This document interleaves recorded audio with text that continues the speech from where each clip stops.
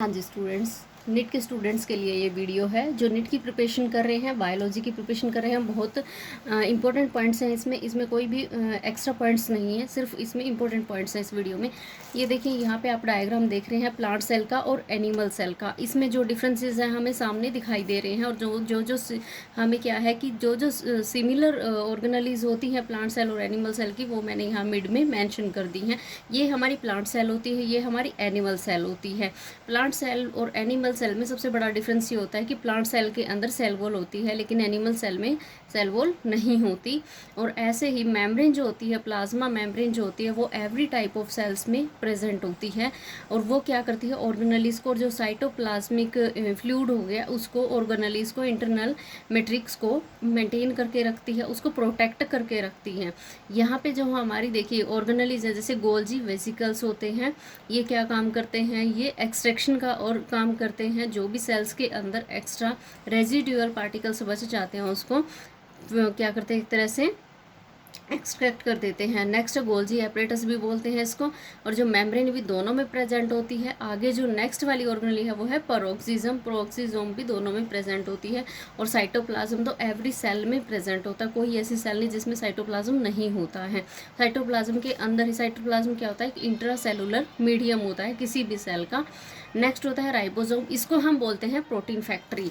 Ribosome को हम क्या बोलेंगे, राइबोसोम ये क्या करता है, प्रोटीन का प्रोडक्शन करता है, इसीलिए हम इसको बोलते हैं प्रोटीन फैक्ट्री। और ये नीट में क्वेश्चन आता है और बहुत बार आया हुआ है कि which one organelles is known as the protein factory. Next आता है इसमें न्यूक्लियस। न्यूक्लियस क्या होता है, न्यूक्लियस एक जेनेटिक व्हीकल होता है, इसका एक्स्ट्रा नेम होता है ये कि एक व्हीकल होता है एक तरह से, या हम इसको बोलते हैं कि ये क्या करता है, जनरेशन टू जनरेशन जो हमारा जेनेटिक मटेरियल, जो जीन्स है, जो क्रोमोसोम्स हैं, उनको ट्रांसफ़र करता है एक जनरेशन से दूसरी जनरेशन में। और जो ये वर्क करता है इसको हम क्या बोलते हैं, heredity and inheritance, genetical inheredity and inheritance बोलते हैं। नेक्स्ट होता है रफ एंडोप्लाज्मिक रेटिकुलम और स्मूथ एंडोप्लाज्मिक रेटिकुलम। देखिए ये जो एंडोप्लाज्मिक रेटिकुलम के दो टाइप्स होते हैं, इसको हम बोलते हैं ER एंडोप्लाज्मिक रेटिकुलम होता है, एक होता है इसका स्मूथ एंडोप्लाज्मिक रेटिकुलम, एक होता है रफ एंडोप्लाज्मिक रेटिकुलम। जो रफ एंडोप्लाज्मिक रेटिकुलम होता है एक ऐसा एंडोप्लाज्मिक रेटिकुलम होता है जिसके सरफेस पे राइबोसोम्स प्रेजेंट होते हैं। तो उसे हम क्या कहते हैं कि जो एक कैसा राउंड शेप, ओवल शेप के राइबोसोम्स प्रेजेंट होते हैं, प्रोटीन्स होते हैं, इसीलिए हम उनको बोलते हैं रफ एंडोप्लाज्मिक रेटिकुलम। और जो स्मूथ एंडोप्लाज्मिक रेटिकुलम होते हैं वहाँ पे एब्सेंट होते हैं राइबोसोम्स सरफेस पे, इंटरनल इस पे सरफेस पे एब्सेंट होते हैं, तो इसीलिए हम इसको बोलते हैं स्मूथ एंडोप्लाज्मिक रेटिकुलम, क्योंकि वहाँ पे स्मूथ सरफेस होता है। नेक्स्ट हमारी जो ऑर्गेनेली है वो है माइटोकॉन्ड्रिया। माइटोकॉन्ड्रिया को हम बोलते हैं power house of the cell. तो माइटोकॉन्ड्रिया, जो राइबोसोम है वो प्रोटीन फैक्ट्री है, और माइटोकॉन्ड्रिया क्या होता है, mitochondria is the power house of the cell. जो एवरी टाइप ऑफ सेल्स, किसी भी, दो plant cell, animal cell, bacterial cell, जो भी टाइप की सेल्स होती हैं सब में माइटोकॉन्ड्रिया प्रेजेंट होती है। और ये क्या करती है, एनर्जी फॉर्मेशन का काम करती है एक तरह से। और सारी की सारी जो सेल्स के अंदर एनर्जी का ट्रांसफॉर्मेशन होगा वो सारा माइटोकॉन्ड्रिया से होता है। आगे होता है एक साइटोस्केलेटन। साइटोस्केलेटन कैसा होता है, इसके अंदर हमारी 9+2 और 9+0 की अरेंजमेंट होती है।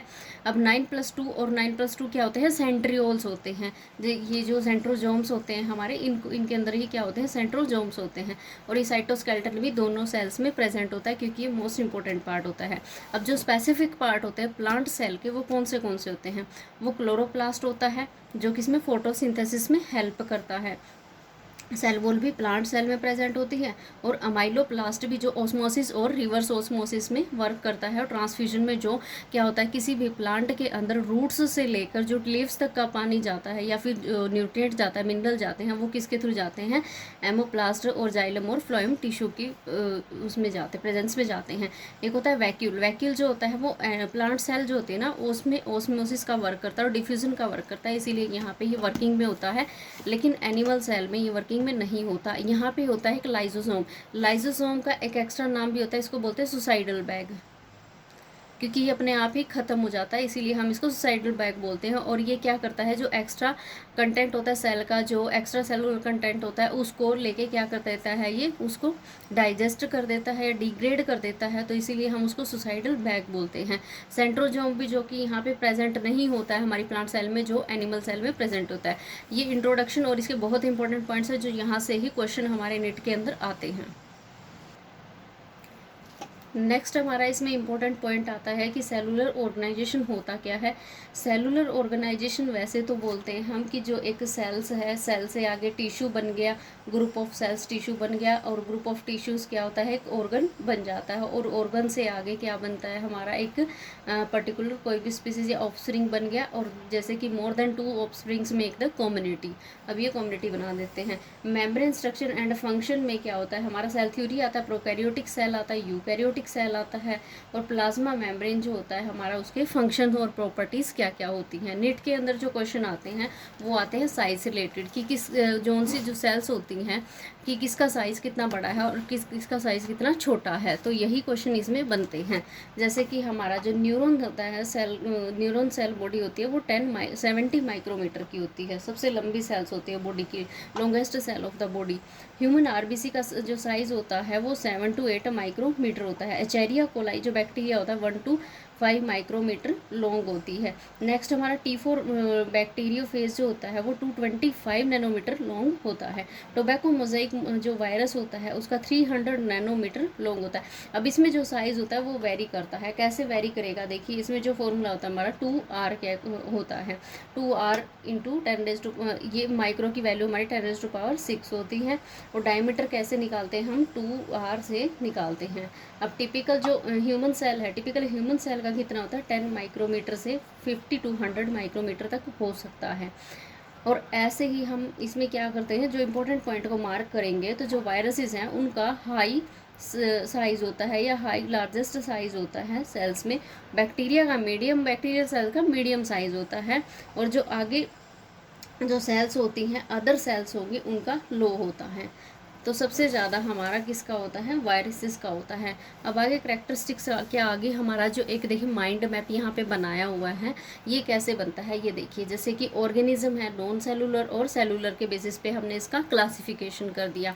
क्लासिफिकेशन जैसे कि हमारा नॉन सेलुलर में वायरस और वायरोड आ गया, और इसमें हमारा जो सेलुलर है, सेलुलर ऑर्गेनिज्म जो based on the presence of nucleus, absence और प्रेजेंस ऑफ, इसमें प्रोकैरियोटिक और यूकैरियोटिक होता है। प्रोकैरियोटिक में सारे के सारे मोनेरा आ जाते हैं, और इसमें जो नंबर ऑफ बेसिस पे आगे जाके क्लासिफिकेशन हो जाता है कि वो ऑर्गेनिज्म मल्टी सेलुलर है या फिर यूनिसेलुलर है, या फिर एक ही टाइप के सेल है या बहुत ज़्यादा टाइप के सेल्स हैं, या फिर आप बोल सकते हो मोर देन 2 टाइप के सेल्स हैं। On the basis of 16S ribosome में क्या आ जाएगा, देखिए एक यू बैक्टीरिया होता है और एक आर्के बैक्टीरिया होता है। अब जो यूनिसेलुलर ऑर्गेनिज्म है इसमें भी ऐसे आते हैं जो तो कुछ तो फोटोसिंथेसिस करते हैं और कुछ नहीं करते, जैसे कि यूग्लिना, डायटम्स, ये कांट डू फोटोसिंथेसिस, और जो नॉन फोटोसिंथेटिक स्लिम मोल्ड्स और प्रोटोजोआस होते हैं। मल्टी सेलुलर में होते हैं 2 टाइप हमारे, ये बहुत इंपॉर्टेंट है, ऑटोट्रोप्स और हेटरोट्रोप्स आते हैं। ऑटोट्रोप्स में हमारे प्लांट, एल्गी और लैंड प्लांट्स आ गए जो कि यूटिलाइज कर लेते हैं ऑर्गेनिक कार्बन को, इनऑर्गेनिक कार्बन को भी। हेटरोट्रोप्स में कौन से आते हैं, जो यूटिलाइज ऑर्गेनिक कार्बन करते हैं, ऑर्गेनिक कार्बन का यूटिलाइजेशन करते हैं, और इसमें mode of intake of nutrition होता है, जैसे कि एब्जॉर्प्शन हो गया, एब्जॉर्प्शन फंजाई करती है, और इंजेक्शन हो गया वो एनिमल्स में होता है। नेक्स्ट यूकैरियोटिक और प्रोकैरियोटिक सेल है। यूकैरियोटिक सेल और प्रोकैरियोटिक सेल में क्या आएगा हमारा, देखिए यहाँ पे जो लिविंग कंपोनेंट है वो प्रोटोप्लास्ट हो जाता है, और आगे जाके ये क्या करता है, न्यूक्लियस और न्यूक्लियोलस में डिवाइड हो जाता है। आगे इसमें हम क्या करते हैं, इसके डिफरेंसेस को पढ़ते हैं। डिफरेंसेस देखिए मैंने आपको प्लांट और एनिमल के करवाए हैं, इसमें आपको प्रोकैरियोटिक और यूकैरियोटिक के हैं। जैसे कि न्यूक्लियस है, ओरिजिन है, साइज़ है, सरफेस है, ये इसके करैक्टरिस्टिक्स होते हैं दोनों के। अब जो प्रोकैरियोटिक सेल है उसमें भी न्यूक्लियस एब्सेंट होता है, लेकिन यूकैरियोटिक में प्रेजेंट होता है। जो ओरिजिन था प्रोकैरियोटिक सेल का कितना हुआ था, 3.5 बिलियन ईयर्स एगो बिफोर हुआ था, और यहाँ पे 1.5 बिलियन ईयर बिफोर हुआ था, और साइज इसका स्मॉल होता है। और इसका प्रोकैरियोटिक का, यूकैरियोटिक बहुत इंपॉर्टेंट है, निट में जो क्वेश्चन आते हैं वो यूकैरियोटिक से मोस्ट प्रोबेबली आते हैं। तो इसीलिए यहाँ पे क्या है कि जो दोनों के पॉइंट्स अच्छे से मेंशन किए गए, दोनों का बहुत अच्छे से कंपैरिजन कीजिए, बहुत ही लेस कंटेंट यहाँ पे है। अब देखिए, लार्ज होता है और डीएनए जो होता है यहाँ पे, ये बहुत इंपॉर्टेंट है। यहाँ पे सिंगल सर्कुलर मॉलिक्यूल होता है और यहाँ पे मल्टीपल मॉलिक्यूल होता है। कॉम्प्लेक्सिटी इसकी लेस होती है और इसकी हाई होती है। यूनिट मेम्ब्रेन बाउंड प्रोकैरियोटिक में एब्सेंट होती है और यूकैरियोटिक में हाई होती है। तो जो राइबोसोम होता है, राइबोसोम की टाइप है यहाँ पे, प्रोकैरियोटिक में 70 होती है और यूकैरियोटिक में 80 भी होती है और 70 भी होती है। तो अगर आपको ऑप्शन मिलेगा तो आपको ध्यान रखना है 70 और 80 जब एक साथ दिया होगा, या तो आप उस पर क्लिक करेंगे यूकैरियोटिक में, या फिर 80s दिया होगा वहाँ पे क्लिक करेंगे। सेक्सुअल रिप्रोडक्शन प्रोकैरियोटिक में एब्सेंट होता है और यहाँ पे यूकैरियोटिक में प्रेजेंट होता है। आगे बाइनरी फिजन जो होता है वो प्रोकैरियोटिक में प्रेजेंट होता है और यूकैरियोटिक में भी प्रेजेंट होता है। जो साइटोस्केलेटन है, साइटोस्केलेटन प्रोकैरियोटिक में एब्सेंट होता है।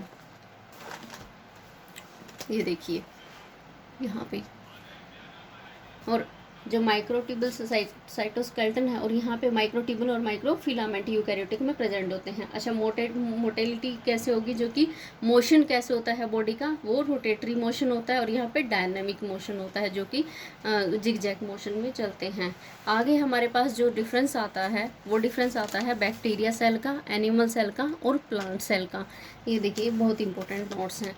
देखिए इसमें जो दिया हुआ है एक्सटीरियर स्ट्रक्चर दी हुई है, ठीक है, और इंटीरियर ऑर्गेनेलिस दी हुई, जो भी मैंने आपको ऑर्गेनेलिस पढ़ाई हुई हैं वो इसमें आपको ये देखना है कि कुछ प्लांट्स में प्रेजेंट है, कुछ एनिमल्स में प्रेजेंट है। लेकिन आपको क्या करना है कि जो बैक्टीरिया जो होता है वो यूनिसेलुलर भी होता है और मल्टी सेलुलर भी होता है। यहाँ पे ये इसके इतने इम्पोर्टेंट नोट्स हैं।